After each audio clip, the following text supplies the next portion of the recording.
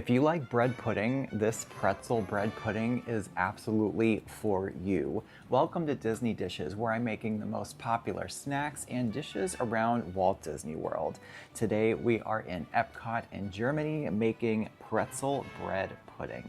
We were recently at Epcot and we got brats at the same place that had the pretzel bread pudding, and I didn't get the bread pudding. I don't even know why. I looked at it and I was like, I should get that, but I didn't. But it's okay because we made it here today.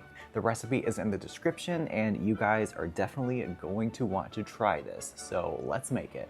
When it comes to the pretzel aspect, if you can find soft pretzels at the store, that's great. I found these pretzel buns pretty much the same thing. They were just a little bit cheaper than soft pretzels, so this is what I went with.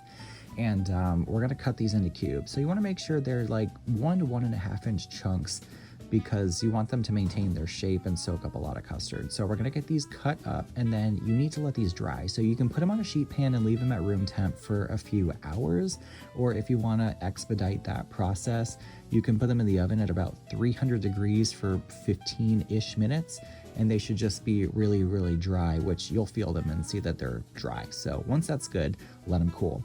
Now this mixture, I'm going to use warm ingredients because we're adding in melted butter and I don't want that to solidify. So I've got half and half and heavy cream that I've heated in the microwave until warm. It doesn't need to be super hot because we're adding eggs, so keep that in mind. But I'm adding in the room temperature eggs, melted butter, and then we're going to be adding in vanilla extract as well and some granulated sugar. And that is the base of the custard.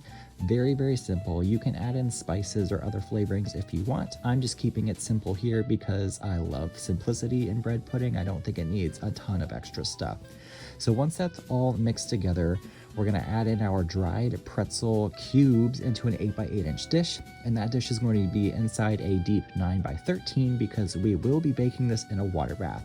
So the custard's gonna get poured over the pretzel cubes, and then I'm gonna press those down. You see all those air bubbles coming out. Once we let go of the pretzel cubes and they re-expand, they'll be soaking in all of the custard and flavor that we added to them. So you wanna make sure you press them down and give them a few minutes to really soak in. And then we're gonna sprinkle some extra granulated sugar on top because it'll caramelize and get really, really delicious. So for the water bath, you don't need to boil the water, just make sure it's very, very hot, steaming at least. And then you wanna pour this until it's about 1 inch to 1.5 inches up the side of the dish that the bread pudding is in. And then we're gonna cover this with foil and bake at 325 for 30 minutes. And then after 30 minutes, you wanna uncover it and put it in for another 30 minutes. And then it should be perfectly baked after that. The custard will be set, the bread will be nice and crusty, and it is perfect. So you can serve this as is with ice cream. I'm gonna drizzle caramel on top because I just think caramel and pretzels go so well together. I thought this was the perfect thing to add a little caramel drizzle on. Totally optional, you don't have to do it, but if you want to, it's really, really good together. And that is it. It is delicious, it is smooth, the flavor is simple but really, really nice. I absolutely love this. There's something so nice about the simplicity of a bread pudding. It's just get your bread, whatever type of bread you want to use, in this case pretzel, you make your custard, you bake it, and that's it. It's very, very simple, but it's always such a treat. And I have to say, I've never made it with pretzels, and I think that's absolutely brilliant. And the caramel on top is just extra if you want. I thought it was really calling out for that caramel drizzle, so I just had to do it. And I really wish you guys could smell this because it smells so good. You can smell the pretzel, you can smell the vanilla in the custard. It's set up so nicely.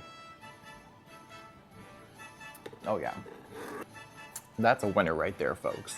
The pretzel maintained a really nice texture, so it's not mushy or gloppy, and you've got that nice outer crust of the pretzel that really held up its integrity and its flavor. Such a gentle, not overly sweet custard. You get the vanilla. It's just really, really nice. It's decadent, but not overly so. And the caramel adds just a little touch of extra at the end, which I really love for this. If there are any dishes or snacks from Walt Disney World you want me to make in this series, let me know in the comments below.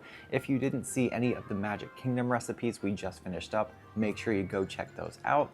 Give this video a thumbs up, and of course hit that subscribe button and the notification bell so you can join me every week for new Disney dishes. Thank you guys so much for watching, and I'll see you next time.